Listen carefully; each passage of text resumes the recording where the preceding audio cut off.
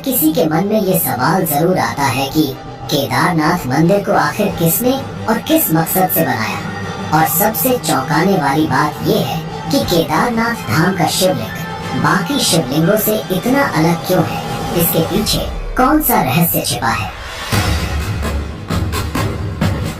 हजारों साल पहले जब विज्ञान की आज की तरह तरक्की नहीं हुई थी, तब उस दौर के लोग इस मंदिर को बनाने के लिए इंटरलॉकिंग जैसी आधुनिक टेक्नोलॉजी को कैसे जानते थे। और सबसे हैरान करने वाली बात ये है कि बिना किसी नुकसान के 400 सालों तक ये मंदिर बर्फ में कैसे दबा रहा और इसके पीछे की कहानी क्या है। जब मंदिर के कपाट 6 महीने के लिए बंद हो जाते हैं, तब अंदर जलने वाला दीपक आखिर 6 महीने तक कैसे निरंतर चलता रहता है। और सबसे बड़ा सवाल 2013 की बाढ़ के समय जब पूरा क्षेत्र तबाह हो गया था, तो मंदिर को बचाने के लिए पीछे से आई विशाल भीमशिला किसने रखी। क्या ये सब महज एक संयोग था या किसी दैवीय शक्ति का चमत्कार। इन सभी रहस्यमयी घटनाओं का जवाब ढूंढने के लिए हमारे साथ बने रहिए, क्योंकि इस डॉक्यूमेंट्री में हम आपको केदारनाथ धाम के अनसुने रहस्य आपको बताएंगे। ये वो रहस्य हैं जिनका जवाब शायद आज भी विज्ञान के पास नहीं है।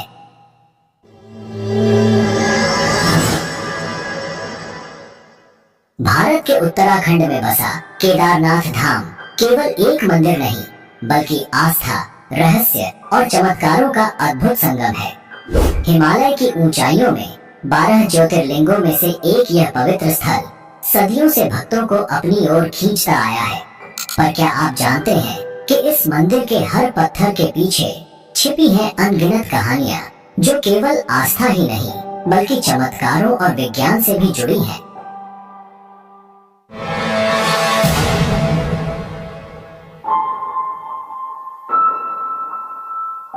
16 जून 2013 की भंगारी रात, जब प्रकृति ने अपना तांडव दिखाया और उत्तराखंड के केदारनाथ में हर ओर विनाश कर दिया।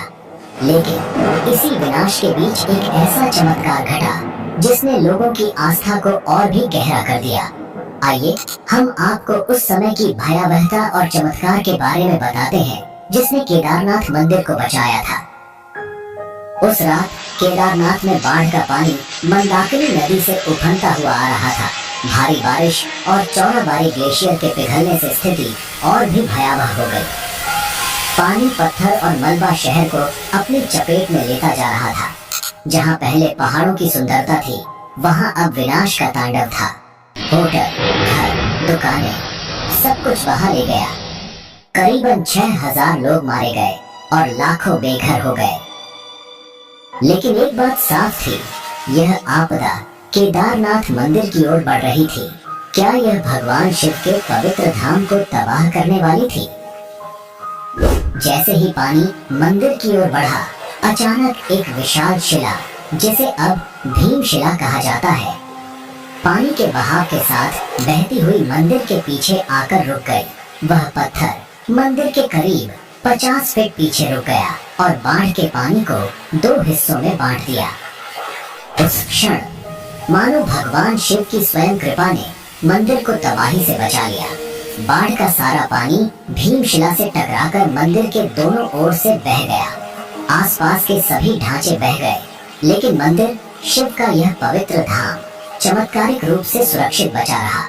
यह सिर्फ एक घटना नहीं थी, यह शिव के प्रति भक्तों की आस्था का जीवन प्रमाण बन गया।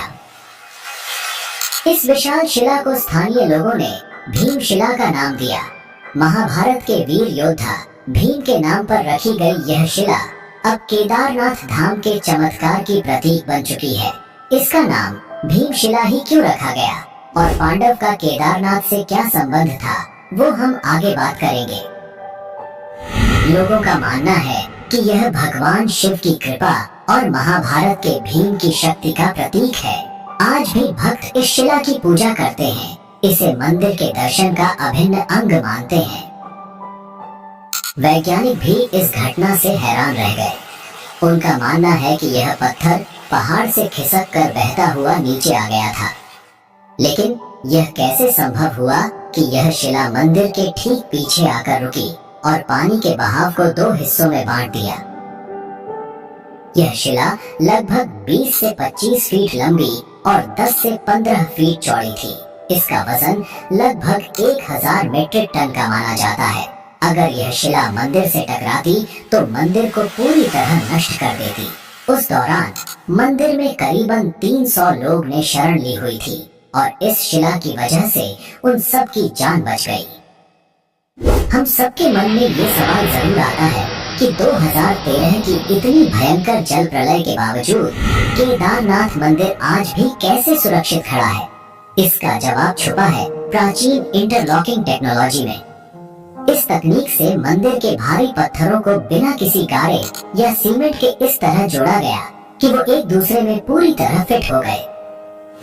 हजारों साल पहले जब तकनीक और आधुनिक उपकरणों का कोई नामो निशान भी नहीं था, तब इस मंदिर को भारी पत्थरों से बनाया गया। लेकिन इन पत्थरों को जोड़ने के लिए किसी गारे या सीमेंट का इस्तेमाल नहीं हुआ।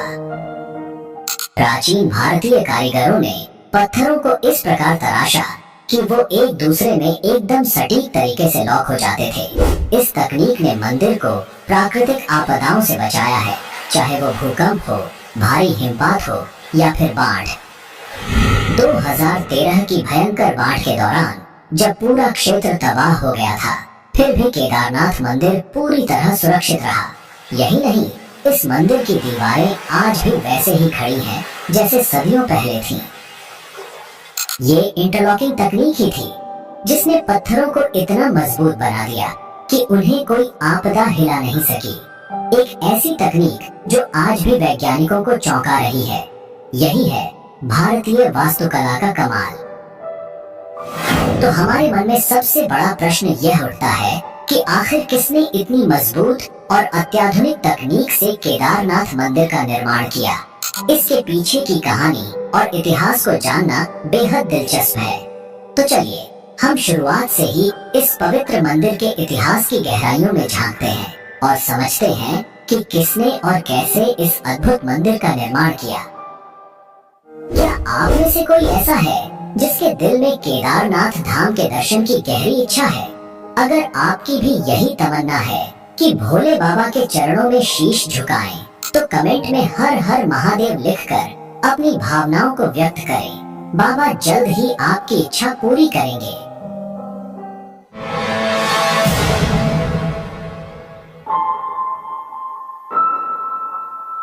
केदारनाथ मंदिर का निर्माण अत्यंत रहस्यमय और प्राचीन माना जाता है। यह मंदिर न केवल धार्मिक दृष्टि से महत्वपूर्ण है, बल्कि इसके निर्माण के साथ जुड़ी पौराणिक कथाएं इस स्थल को और भी अधिक अलौकिक और रहस्यमयी बनाती हैं। इसमें हम 3 कथा पर बात करेंगे, जिसमें सबसे प्रसिद्ध कथा है महाभारत की। तो आइए जानते हैं इस मंदिर के निर्माण के बारे में। धार्मिक ग्रंथों में वर्णित कथा के अनुसार महाभारत के युद्ध में विजय प्राप्त करने के बाद युधिष्ठिर को हस्तिनापुर का राजा घोषित किया गया। लगभग 4 दशकों तक उन्होंने हस्तिनापुर पर शासन किया। एक दिन पांडव भगवान श्री कृष्ण के साथ बैठकर महाभारत युद्ध की समीक्षा कर रहे थे। उस समय पांडवों ने श्री कृष्ण से कहा, हे नारायण, हम भाइयों पर अपने बंधु बांधवों और गुरुजनों की हत्या का कलंक है। इस कलंक को कैसे मिटाया जाए? श्री कृष्ण ने उत्तर दिया, भले ही तुमने युद्ध में विजय प्राप्त की हो, लेकिन तुमने अपने बंधु बांधवों का वध किया है और इसके कारण तुम पाप के भागी बने हो। इन पापों से मुक्ति सिर्फ महादेव ही दिला सकते हैं। इसलिए अब समय आ गया है कि तुम महादेव की शरण में जाओ। इसके बाद श्री कृष्ण द्वारका लौट गए और पांडव पापों से मुक्ति के लिए चिंतित रहने लगे। उसी दौरान पांडवों को खबर मिली कि भगवान श्री कृष्ण ने अपना देह त्याग दिया है। इस दुखद समाचार ने पांडवों को झकझोर दिया। अब जब उनके सदा के सहायक कृष्ण भी नहीं रहे, पांडवों ने अपने राज्य परीक्षित को सौंप दिया और द्रौपदी सहित भगवान शिव की तलाश में निकल पड़े। सबसे पहले पांडव काशी पहुँचे, लेकिन वहाँ भोलेनाथ के दर्शन नहीं हुए। वे कई अन्य स्थानों पर भी गए, परंतु जहाँ भी पांडव पहुँचते शिव जी वहाँ से चले जाते। इस खोज में वे एक दिन हिमालय तक आ पहुँचे। तब भगवान शिव ने पांडवों को आता देख नंदी का रूप धारण कर लिया और पशुओं के झुंड में चले गए। भगवान शिव को पाने के लिए भीम ने एक योजना बनाई। उन्होंने विशाल रूप धारण कर अपने पैर केदार पर्वत के दोनों ओर फैला दिए ताकि कोई भी पशु उनके पैरों के बीच से निकल सके। लेकिन नंदी रूपी भगवान शिव ने ऐसा नहीं किया। तभी भीम ने नंदी को पहचान लिया और पकड़ने का प्रयास किया, लेकिन शिव जी धरती में समाने लगे। भीम ने उनका पिछला हिस्सा पकड़ लिया। भगवान शिव पांडवों की भक्ति से प्रसन्न हुए और उन्हें दर्शन देकर उनके पापों से मुक्त कर दिया। तभी से भगवान शिव यहाँ नंदी की पीठ के रूप में पूजे जाते हैं। इसी वजह से केदारनाथ का शिवलिंग बाकी शिवलिंगों से अलग है। ऐसा कहा जाता है कि जब भगवान शिव ने पांडवों को उनके पापों से मुक्त किया और उनका प्रायश्चित स्वीकार किया, तब पांडवों ने केदारनाथ मंदिर का निर्माण करवाया। यह भी कहा जाता है कि भगवान शिव का शरीर पृथ्वी के अलग अलग हिस्सों में प्रकट हुआ, जिससे पंच केदार की उत्पत्ति हुई। भगवान शिव का मुख नेपाल के पशुपतिनाथ मंदिर में, भुजाएं तुंगनाथ में, मुख रुद्रनाथ में, नाभि मदमहेश्वर में और जटाएं कल्पेश्वर में प्रकट हुई। यही 5 स्थान पंच केदार के रूप में पूजित हैं। केदारनाथ को पंच केदार में सबसे प्रमुख माना जाता है, क्योंकि यहाँ भगवान शिव के पीठ रूप की पूजा की जाती है। अगर आप पंच केदार के बारे में एक विस्तृत डॉक्यूमेंट्री देखना चाहते हैं तो कमेंट में हमें जरूर बताएं। हम आपको अगली डॉक्यूमेंट्री में इस रहस्यमयी यात्रा पर जरूर ले चलेंगे। केदारनाथ मंदिर निर्माण का दूसरा सबसे पुराना और महत्वपूर्ण पौराणिक संदर्भ भगवान विष्णु के अवतार नर नारायण ऋषि की तपस्या से जुड़ा हुआ है। शिव पुराण की कोटि रुद्र संहिता में उल्लेख है कि बद्रीवन में भगवान विष्णु के अवतार नर नारायण पार्थिव शिवलिंग बनाकर उनकी पूजा करते थे। कहते हैं कि नर नारायण की घोर तपस्या से प्रसन्न होकर भगवान शिव उनके सामने प्रकट हुए और उनसे वरदान मांगने को कहा। नर नारायण ने भगवान शिव से प्रार्थना की कि वे इस पवित्र स्थान पर सदैव ज्योतिर्लिंग के रूप में निवास करें, ताकि सभी भक्त उन्हें साक्षात देख सकें। भगवान शिव ने यह वरदान स्वीकार किया और तब से यहाँ उनकी पूजा ज्योतिर्लिंग के रूप में होती है। इस कथा के अनुसार केदारनाथ का ज्योतिर्लिंग भगवान शिव का एक महत्वपूर्ण रूप है, जो नर नारायण की तपस्या के कारण स्थापित हुआ। यह स्थान शिव और विष्णु की अद्वितीय एकता का प्रतीक है, जहाँ शिव जी केदारनाथ में ज्योतिर्लिंग के रूप में और विष्णु जी बद्रीनाथ धाम में विराजमान हैं। कहा जाता है कि 8वीं शताब्दी में आदि शंकराचार्य ने केदारनाथ मंदिर का पुनर्निर्माण करवाया और हिंदू धर्म के पुनर्जागरण में महत्वपूर्ण भूमिका निभाई। उन्होंने केदारनाथ मंदिर में ज्योतिर्लिंग की स्थापना की और इस मंदिर को एक प्रमुख तीर्थ स्थल के रूप में स्थापित किया। आदि शंकराचार्य ने केदारनाथ में अपने अंतिम दिन बिताए और यहीं पर उन्होंने मोक्ष प्राप्त किया। उनकी समाधि आज भी केदारनाथ मंदिर के पीछे स्थित है, जहां भक्त उनकी पूजा और स्मरण करते हैं। हाल के प्रमुख इतिहासकार डॉक्टर शिव प्रसाद डबराल का मानना है कि शैव संप्रदाय के अनुयायी आदि शंकराचार्य और उनके छात्रों के आने से बहुत पहले इस क्षेत्र में सक्रिय थे। इस मान्यता के आधार पर यह संभव है कि मंदिर की प्राचीनता को सटीक रूप से निर्धारित करना मुश्किल हो, खासकर जब पाली या ब्राह्मी भाषा में लिखी गई लिपि को अब तक पूरी तरह पढ़ा नहीं जा सका है।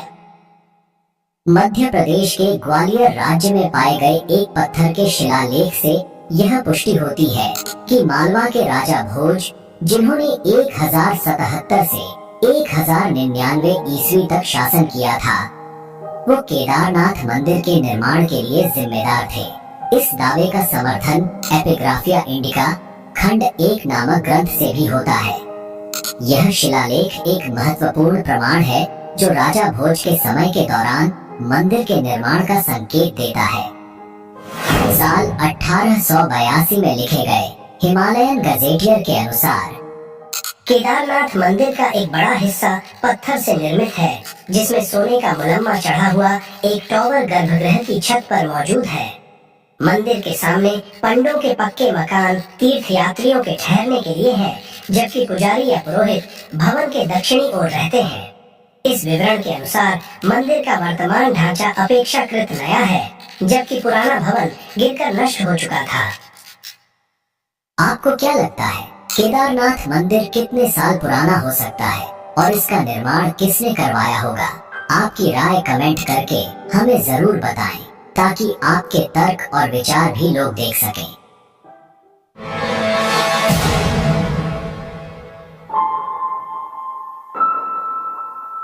अब हम आपको एक ऐसे अध्याय में लेकर जा रहे हैं जो आपको हैरान कर देगा। यह केदारनाथ धाम के इतिहास का वो हिस्सा है जब यह भव्य मंदिर 400 साल तक बर्फ में दबा रहा और फिर भी सुरक्षित बचा रहा। यह कैसे संभव हुआ? क्या यह भगवान शिव की कृपा थी या प्रकृति के अद्भुत विज्ञान का चमत्कार? इस रहस्य को समझने के लिए हमें इतिहास के पन्नों में और गहरे उतरना होगा। ऐसा कहा जाता है कि 13वीं से 17वीं शताब्दी तक केदारनाथ मंदिर लगभग 400 वर्षों तक बर्फ की मोटी परत के नीचे दबा रहा। इसे छोटा हिमयुग भी कहा जाता है, जब हिमालय में ग्लेशियरों का विस्तार इतना बढ़ गया था कि केदारनाथ धाम जैसे बड़े क्षेत्र पूरी तरह बर्फ में समा गए। लेकिन सबसे चौंकाने वाली बात यह है कि इतने वर्षों तक बर्फ के नीचे दबे रहने के बावजूद मंदिर की संरचना को कोई गंभीर नुकसान नहीं पहुंचा। देहरादून स्थित Wadia institute of Himalayan geology के वैज्ञानिकों ने इस रहस्य पर गहन अध्ययन किया। वैज्ञानिक विजय जोशी के नेतृत्व में इस क्षेत्र की गहन जांच की गई और यह पाया गया कि मंदिर की दीवारों और पत्थरों पर आज भी बर्फ के दबाव और हिमनदीय गतिविधियों के निशान साफ देखे जा सकते हैं। लेकिन जो सबसे खास बात सामने आई वह थी मंदिर के पत्थरों की लुमिनेसेंस डेटिंग, जिससे यह प्रमाणित हुआ कि मंदिर उस दौर में बर्फ के नीचे दबा रहा। तो क्या यह केवल स्थापत्य कौशल था या कोई और रहस्यमय शक्ति? केदारनाथ मंदिर की मजबूत संरचना ने इसे बर्फ के नीचे दबने के बावजूद पूरी तरह से सुरक्षित रखा। मंदिर का निर्माण विशाल पत्थरों से हुआ है, जिन्हें इंटरलॉकिंग तकनीक से जोड़ा गया है। बिना सीमेंट के इन पत्थरों की आपस में जकड़ इतनी मजबूत थी कि बर्फ का भारी दबाव भी इसे हिला नहीं सका। दोस्तों, अगर आपको हमारी वीडियो पसंद आ रही है तो अभी लाइक करें और चैनल को सब्सक्राइब करना न भूलें। आपका एक लाइक और सब्सक्रिप्शन हमें और भी बेहतर कंटेंट लाने में मदद करेगा।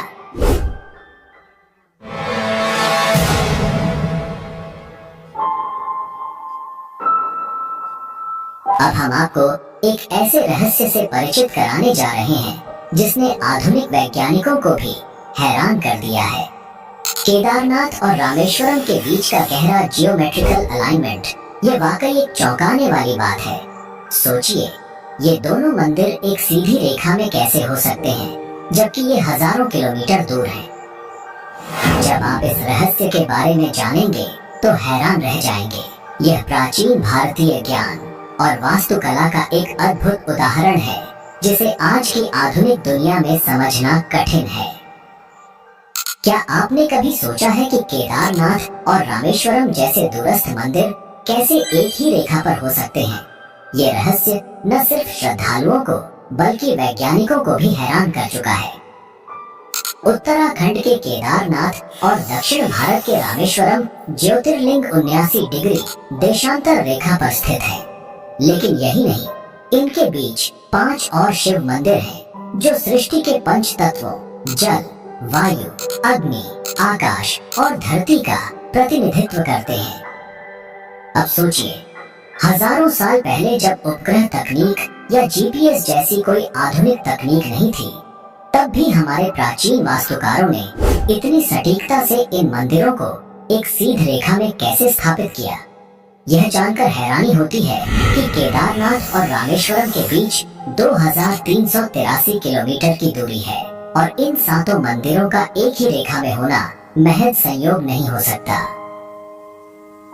इन मंदिरों की स्थापना 1500 से 2000 साल पहले हुई थी और वैज्ञानिक दृष्टिकोण से ये एक अद्भुत ज्योमेट्रिकल अलाइनमेंट का हिस्सा है। यह सिर्फ धार्मिक नहीं बल्कि ब्रह्मांडीय संतुलन की भी एक झलक देता है। ये इस बात का प्रमाण है कि हमारे पूर्वजों के पास गहरे वास्तुकला और भूगोल का ज्ञान था। अब आइए इस अद्भुत 79 डिग्री देशांतर रेखा के बारे में बात करें। इस रेखा पर केदारनाथ और रामेश्वरम के बीच 5 और महत्वपूर्ण मंदिर स्थित हैं। कालेश्वर, श्रीकालाहस्ती, एकम्बरेश्वर, अरुणाचलेश्वर और चिदम्बरम मंदिर। यह सोचने पर मजबूर कर देता है कि कैसे प्राचीन वास्तुकारों ने बिना किसी आधुनिक तकनीक के यह सब किया। उज्जैन के महर्षि पाणिनि संस्कृत विश्वविद्यालय के प्रोफेसर डॉक्टर उपेंद्र भार्गव का भी यही कहना है। यह तथ्य सही है कि ये मंदिर 79 डिग्री देशांतर पर स्थित है। हालांकि इनकी स्थापना अलग अलग समय पर हुई, इसलिए यह कहना कठिन है कि इन्हें किसी विशेष जियोमेट्रिकल अलाइनमेंट के तहत बनाया गया था। लेकिन एक बात निश्चित है, इन मंदिरों की स्थापना में अक्षांश और देशांतर का पूरा ध्यान रखा गया था और वास्तु सिद्धांतों का सटीक पालन किया गया है। ये रहस्य आज भी बना हुआ है जो हमें प्राचीन भारतीय ज्ञान और विज्ञान की गहराई से रूबरू कराता है। ऐसे में क्या आप भी सोच रहे हैं कि यह सब कैसे संभव हुआ? क्या यह महज संयोग है या प्राचीन ज्ञान का कोई अदृश्य सूत्र? यह सवाल हम सभी को सोचने पर मजबूर करता है। क्या आपको पता है कि विमान का कॉन्सेप्ट प्राचीन भारतीय शास्त्रों में मिलता है और आज भी लोग इसका उपयोग करते हैं? अगर आपको भी ऐसी प्राचीन भारतीय टेक्नोलॉजी के बारे में पता है तो कमेंट में जरूर बताएं। इससे दूसरे लोग भी हमारी प्राचीन तकनीक के बारे में जान सकेंगे।